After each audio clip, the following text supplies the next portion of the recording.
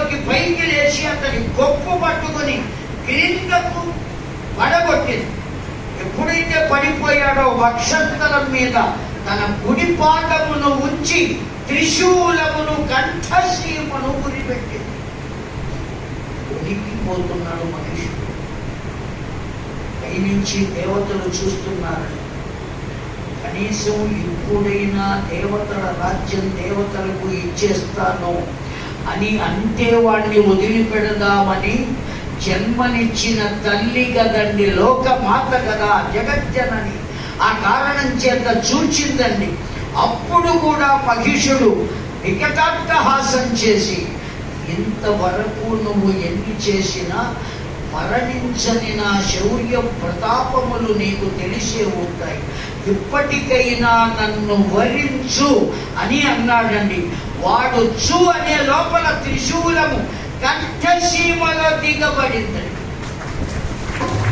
ఆ కంఠంలో ఎప్పుడైతే దిగబడిందో కనులు తేలవేశాడు. దేవతలు చూచారు, పరవశించిపోయారు. ఐగిని నందిని నందిత వేదిని విశ్వవినోదిని నందినువే గిరి పరమింద్య శిరోదిని వాసిని విష్ణువిలాసిని విష్ణువే భగవతి కేసి కంఠ కుటుంబి భూమి కుటుంబిని భూమినువే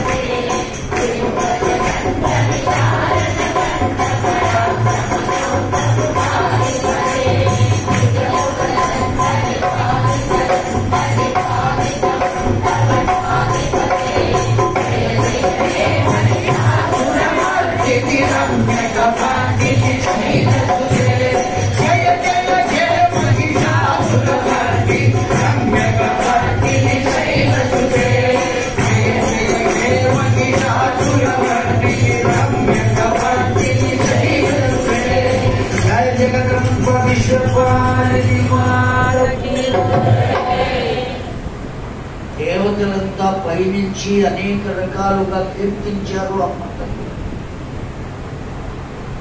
కేవలం ఒక స్త్రీ చేతిలోనే మరణం కావాలి అని కోరుకున్న అతడి కోరికను అనుసరించి సర్వ దేవతల శక్తి ఒక స్త్రీ రూపాన్ని పొంది మహిష రూపంలో ఉన్నటువంటి అతన్ని సంహరించింది. ఇప్పుడు ఈ చరిత్ర ద్వారా మనకు తెలిసిందేమి అంటే, మా కురు ధన జన యవ్వన గర్వం హరతి నిమేష కాలగ సర్వం.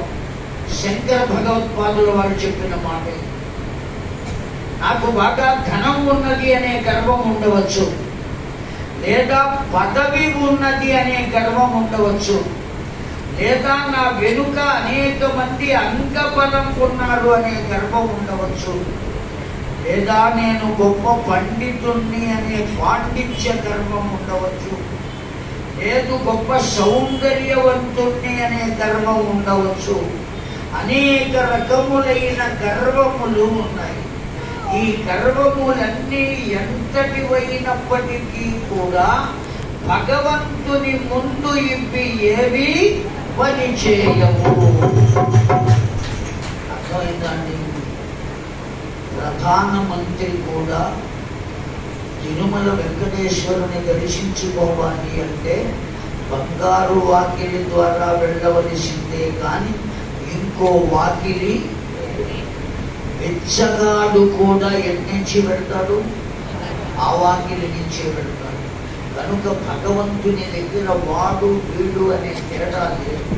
అందుకనే మనం 10,000 పెట్టి కళ్యాణం టికెట్ కొనుక్కున్నా, 300 పెట్టి ఏదో VIP దర్శనం కొనుక్కున్నా, వాడు ఎక్కడ నుంచి తిరిగి వచ్చినా, ఎట్నుంచి వచ్చినా చిట్ట చివరికి ఎక్కడికి